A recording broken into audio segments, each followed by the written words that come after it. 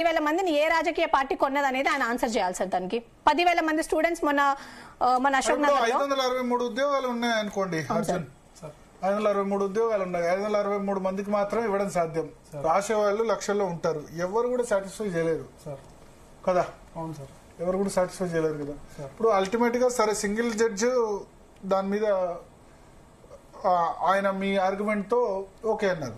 But division bench, supreme court ఇదంతా కూడా చూస్తే గవర్నమెంట్ ఆర్గ్యుమెంట్ తో వాళ్ళు సాటిస్ఫై అయ్యారు. మనం యాక్సెప్ట్ చేయాలి కదా కోర్టు తీర్పును. అట్లా కాదు సార్. ఇప్పుడు సార్ సుప్రీంకోర్టు నిన్న డిస్మిస్ చేసిన ఆర్గ్యుమెంట్స్, సుప్రీంకోర్టు నిన్న డిస్మిస్ చేసిన కేసు సార్ అది. Sir judges gave judgements but not justice. Judges gave judgements but not justice. ఎందుకంటున్నానంటే we are not inclined to interfere in the divisional bench order. అంటే దేనికి sir? Supreme court ఉన్నది interfere కావడానికి కదా. Supreme court is the highest court in the Indian mainland. So ఇండియాలో supreme court మించిన లేదు కాబట్టి మీరు ఇంటర్ఫియర్ అయితేనే కదా ఇక్కడ న్యాయం జరిగేది. మీరు ఇంటర్ఫియర్ సార్ ఇక్కడ సార్ మా తరపున అడ్వకేట్ వాళ్ళు చెప్పేది ఏంటంటే sir 100% sir public service commission వాళ్ళు ఇచ్చిన అఫిడవిట్లు మూడు అఫిడవిట్లనే 3 డిఫరెంట్ నెంబర్లు ఇచ్చారు. Telangana public service commission mains కి సంబంధించిన ఎంతమంది ఎగ్జామ్స్ రాశారంటే సార్ దీనికి సంబంధించి ఒకటే పాయింట్ సార్. ప్రిలిమ్స్ లో మెయిన్స్ లో 2 హాల్ టికెట్లు ఇవ్వటము సార్ 90 డేస్ టైం పీరియడ్ లో ఆల్మోస్ట్ 1.3 lakh పేపర్స్ కరెక్షన్, అది కూడా double correction sir. It is humanly impossible. వాళ్ళ టైం ఫ్రేమ్ కూడా భలే సెట్ చేసి భలే డ్రామాటిక్ ఉంటుంది సార్. ఇది November 1st స్టార్ట్ చేస్తారంట, January 31st అయిపోద్దంట. 3 months. అంటే ఇది కంపల్షన్, ఇదేమన్నా రోబోటిక్ ఎక్సర్సైజ్ సార్? నాకు అర్థం కాదు. 3 months లో ఫినిష్ చేయడం ఏంటి సార్ ఇది? సార్ ఇంకొక విషయం ఏంటంటే తెలుగు మీడియం వాళ్ళకి ప్రొఫెసర్ లేరు. తెలుగు మీడియం పేపర్లు కరెక్షన్ చేయడానికి స్పెసిఫిక్ గా తెలుగు మీడియం ప్రొఫెసర్ లేకపోవడమే ఒక విచిత్రమైన ఒక సబ్జెక్ట్ సార్ ఇది. ఎందుకంటే వాళ్ళు ఇచ్చిన నిన్నటికి నిరంజన్ రెడ్డి గారు ఆనరబుల్ సుప్రీంకోర్టులో చెప్పిన విషయం ఏంటంటే డిగ్రీ లెక్చరర్లు, అసిస్టెంట్ ప్రొఫెసర్లు, అసోసియేట్ ప్రొఫెసర్లు వాళ్ళకి ఇంగ్లీష్ వస్తుంది, తెలుగు వస్తుంది, వాళ్ళకి మళ్ళీ సపరేట్ గా తెలుగు ప్రొఫెసర్లు ఎందుకు అంటున్నారు సార్ వాళ్ళు. సో గవర్నమెంట్ స్టాండ్ ఇది. Government stand, public service commission stand ఏంటంటే సపరేట్ గా తెలుగుకి సంబంధించిన ఎవాల్యుయేటర్ అవసరం లేదు. సపరేట్ గా తెలుగు పేపర్లు దిద్దడానికి అవసరం లేదు సార్. సార్ వెబ్ నోట్ కి సంబంధించి సార్ ఇంకొక పాయింట్, ప్రతి ఎగ్జామ్ ముందు ప్రతి ఎగ్జామ్ తర్వాత వెబ్ నోట్లు ఇవ్వటం public service commission duty, responsibility ఇస్తారు.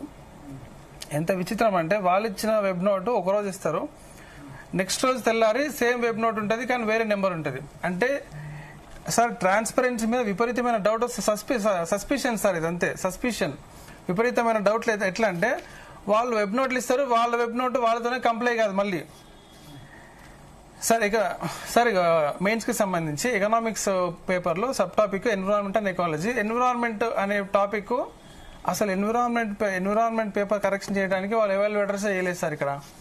సార్ సుప్రీంకోర్టు మా కేసు కొట్టేసిందంటే సార్ సుప్రీంకోర్టు కూడా తన జడ్జిమెంట్ తానే మరి ఓవర్ రూల్ చేసి ఒకసారి ఓవర్ రైడ్ చేసిన సందర్భాలు కూడా చాలా ఉన్నాయి సార్.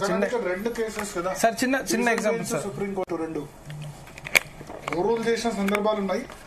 బట్ ఎంతో మెరిట్ చేస్తే కనీసం అడ్మిషన్ తీసుకునేది కదా, కేసును అడ్మిట్ కూడా చేయలేదు కదా సార్. చిన్న విషయం నేను మీకు అర్థమయ్యేది చెప్తాను. నోటీస్ కూడా ఇవ్వలేదు కదా సార్. 1960లో బేరుబార్ యూనియన్ కేసు అని ఒక కేసు ఉండదు సార్. 1960లో బేరుబార్ యూనియన్ కేసు సార్. అందులో ఆనరబుల్ సుప్రీం కోర్ట్ ఏం చెప్పిందంటే preamble is not part of the constitution, you cannot amend the constitution చెప్పింది సార్. 1973లో 13 ఏళ్ళు వచ్చేసరికి కేశవానంద భారతి కేసులో preamble is part of the constitution, you can still amend it అని చెప్పింది. సేమ్ మళ్ళీ 1980లో మినర్వా మిల్స్ కేసులో 100% మీరు దాన్ని అప్హోల్డ్ చేసింది సార్ కేశవానంద భారతి. అంటే ఒకటే సుప్రీంకోర్టు, ఒకటే జడ్జి, ఒకటే హానరబుల్ సుప్రీంకోర్టు ఒకసారి ఒక జడ్జిమెంట్ ఇచ్చింది, ఒకసారి ఇంకో జడ్జిమెంట్ ఇచ్చింది. మరి అప్పుడు కరెక్ట్ అనుకోవాలా, ఇప్పుడు తప్పు అనుకోవాలా, అప్పుడు కరెక్ట్ అనుకోవాలా సార్? ఇది సార్ మెరిట్స్ ఆఫ్ ద కేసును చూస్తే మీకు అర్థమవుతుంది సార్. ఇది నిన్న అర్ధగంట సేపు ఆర్గ్యుమెంట్ జరిగింది కరెక్టే, కానీ అసలు మెరిట్స్ మీరు వింటే కదా సార్. మీరు ఇది సార్ మెరిట్స్ విని ఒకవేళ నోటీస్ ఇస్తే కదా ఇది this issue is obviously related to lakhs of aspirants in the state of Telangana. అట్లాంటిది హాఫ్ అన్ అవర్ లో మీరు ఎట్లా డిసైడ్ చేస్తారు సార్ ఇది? సార్ ఇది సార్ మెయిన్స్ కి సంబంధించి అయితే గ్రూప్ 1 కి సంబంధించి అయితే ఇర్రెగ్యులారిటీస్ లేవా అంటే ఇర్రెగ్యులారిటీస్ ఉన్నాయి, కానీ సింగిల్ జడ్జ్ గారు ఇచ్చినట్టు సరే మాకు డివిజనల్ బెంచ్ లో మాకు అన్ఫేవరబుల్ గా జడ్జ్మెంట్ రావటం విచ్ ఇస్ అన్ఫార్చునేట్. కానీ మాకు we had hope in the honourable supreme court, కానీ మాకైతే రాలేదు సార్ అది గ్రూప్ 1 కి సంబంధించి. ఓకే, అంటే ఇప్పుడు నెక్స్ట్ ఇక జరిగింది నెక్స్ట్ వాటికి ప్రిపేర్ కావచ్చు కదా. నెక్స్ట్ వాటికి ప్రిపేర్ దాని గురించి సార్ నెక్స్ట్ వాటికి ప్రిపేర్ అవుతాం సార్. ప్రతి సంవత్సరం వేస్తామని చెప్తుంది ప్రభుత్వం. ఇప్పటికి 2 సంవత్సరాలు అయిపోయింది సార్, ఇది third sir job sir youth declare sir మాకు డిక్లరేషన్ ఇచ్చారు sir. SC ST declaration, BC declaration, minority declaration, farmers declaration, Warangal youth declaration Saroor Nagar Priyanka గారితో ఇచ్చారు మాకు మంచిగా ఉంది సార్. సార్ డిక్లరేషన్లు ఇచ్చిందంటే మా ఓట్ బ్యాంక్ ఎక్కువ ఉన్నట్టే కదా సార్. ఇది డిక్లరేషన్లు ఇచ్చిందంటే మాకు మా అభిప్రాయానికి విలువించినట్టు మమ్మల్ని కన్సిడర్ చేసినట్టే కదా సార్. సార్ ఎవ్రీ June 2 వారు జాబ్ క్యాలెండర్ ఇస్తున్నారు. Who is stopping job calendar sir? నాకు అర్థం కాదు. Who is stopping job calendar? ఎవరు ఆపుతున్నారు జాబ్ క్యాలెండర్? మీరు జాబ్ క్యాలెండర్లు ఇయ్యరు. ఉద్యోగాలు సార్ మొన్న అసెంబ్లీ సెషన్స్ లో honourable deputy CM Bhatti Vikramarka గారు చెప్పింది ఏంటంటే only 16,978 vacancies have been filled by our Congress government. 50,788 vacancies have been notified. Result పెట్టింది వాళ్ళే, ఎగ్జామ్ పెట్టింది వాళ్ళే, ఒక్క రిజల్ట్ మాటకు ఇచ్చింది Congress government. Sir government is a continuous process. నేను ఏ గవర్నమెంట్ అనట్లేదు, కానీ మీరు మీ చేతిలో ఉన్నది గవర్నమెంట్ మీ చేతిలో ఉంది కాబట్టి మీరు చేతిలో ఉన్నది జాబ్ క్యాలెండర్ చేయటము, వేకెన్సీస్ ఫిల్ చేయటము. అసలు ఈ గవర్నమెంట్ వచ్చిన తర్వాత ఇంతవరకు పోలీస్ రిక్రూట్మెంట్ రాలేదు sir. So although I'm not a police constable, sub inspector సంబంధించిన ఆస్పిరెంట్ కాకపోయినప్పటికీ నాకు వాళ్ళ బాధ తెలుసు కాబట్టి తెలిసిన వారిలో చాలా మంది police recruitment this is 3rd year of governance, 3 ఏళ్ల పరిపాలన, ఇంతవరకు పోలీస్ రిక్రూట్మెంట్ జరగలేదు సార్.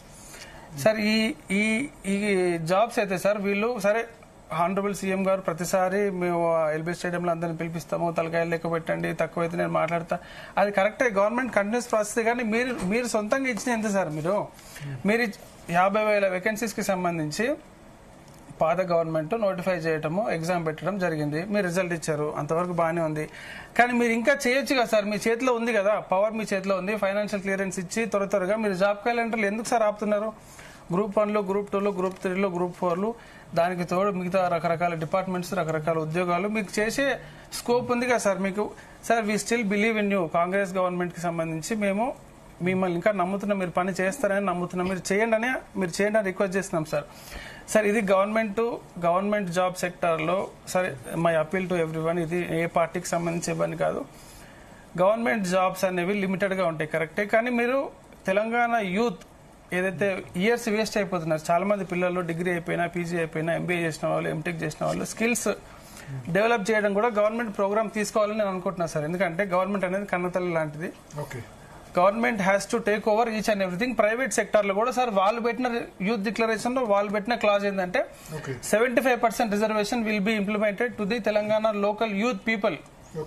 సార్ హర్యానాలో జరిగింది, మిగతా రాష్ట్రాల్లో జరిగినప్పుడు మన దగ్గర జరగడానికి ఏం sir problem? Sir Telangana youth, rural youth వాళ్ళ స్కిల్స్ నేర్పియండి. వాళ్ళు ఆబ్వియస్లీ వాళ్ళు గవర్నమెంట్ జాబ్స్ అడగరు కదా సార్. నాకు obviously they will not ask government jobs కదా.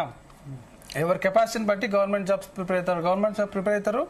స్కిల్స్ నేర్చుకొని ఈ స్కిల్ యూనివర్సిటీకి సంబంధించి ఆనరబుల్ సీఎం గారు తీసుకొచ్చే చాలా మంచి విషయం. ఇంకా దాన్ని డెవలప్ చేస్తూ మిగతా అన్ని డిస్ట్రిక్ట్స్లో అన్ని మండలాల్లో కూడా ఈ స్కిల్ యూనివర్సిటీకి సంబంధించి అప్ స్కిల్ చేయటము, రీస్కిల్ చేయటము, ఈ ప్రైవేట్ సెక్టార్లో కూడా 100% ఈ సాఫ్ట్ స్కిల్స్, హార్డ్ స్కిల్స్ అన్ని నేర్పించేసి పిల్లలకి ఈ గవర్నమెంట్ జాబ్లు, ప్రైవేట్ జాబ్లు రిజర్వేషన్.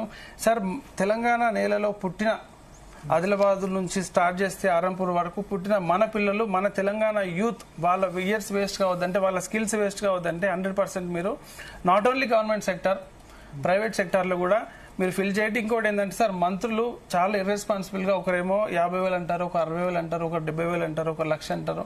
మీరు పవర్లో లేనప్పుడు ఇష్టం వచ్చినట్టు మాట్లాడొచ్చు. పవర్లో వచ్చిన తర్వాత మీ మాటకి వాల్యూ ఉంటుంది. మీరు కాన్స్టిట్యూషనల్ పోస్ట్ లో ఉన్నారు, ఈవెన్ పిసిసి ప్రెసిడెంట్ గారు కూడా. సార్ కనీసం వాళ్ళు డేటా తెలుసుకోకుండా మాట్లాడితే ఎట్లా సార్? సంవత్సరానికి 2 లక్షలు ఇస్తామని మీరు అన్నారు, సరే 2 లక్షలు ఇవ్వకపోయినా కనీసం 1,00,000 ఇవ్వాలా? కనీసం 2 లక్షల ఉద్యోగాలు ఒక సంవత్సరంలో భర్తీ చేస్తారని మీరు ఎట్లా నమ్మారు? మొత్తం ఉన్న ఉద్యోగులే 3 లక్షలు 4 లక్షలు, వాళ్ళకే జీతాలు ఇవ్వడానికి తల ప్రాణం తొక్కొస్తుంది. నిజంగానే రిక్రూట్ చేస్తే జీతాలు ఇవ్వగలుగుతారా? అంటే వాళ్ళు అబద్ధం చెప్పినట్టు వీళ్ళు ఇచ్చే ఫ్రీ అంతే కదా, ఇంకా డౌటా? అంతేనా సార్? మీరు విద్యార్థులు కూడా ఫ్రీబీస్ మీద ఉద్యమం చేయాలి. ఈ ఫ్రీబీస్ వల్ల, ఉచితాల వల్ల, ఫ్రీ బస్సు ఏదో అనుకుంటారు, కానీ దీనివల్ల ఉద్యోగాలు కూడా కల్పించలేకపోతున్నారు. కరెక్టే సార్. ఫ్రీ బీస్ వల్ల మొత్తం ఉద్యోగులు పెన్షనర్స్ తో పాటు విద్యార్థులకు కూడా నష్టమే. ఎందుకంటే ఏమనుకుంటారు తెలుసా, ఓ నేను ఉద్యోగికి జీతం ఎంత 40,000 50,000 ఇస్తా, దాని బదులు 2,000 పెన్షన్ 20 మందికి ఇవ్వగలుగుతా అని అనుకుంటారు. ఎందుకు ఉద్యోగాలు కల్పించాలంటారు. ఇదే contract out sourcing system maintain చేస్తారు. 2 లక్షలు కాదు 20,000 ఉద్యోగాలు కూడా పాత ఉద్యోగాలు భర్తీ చేసి ఎన్ని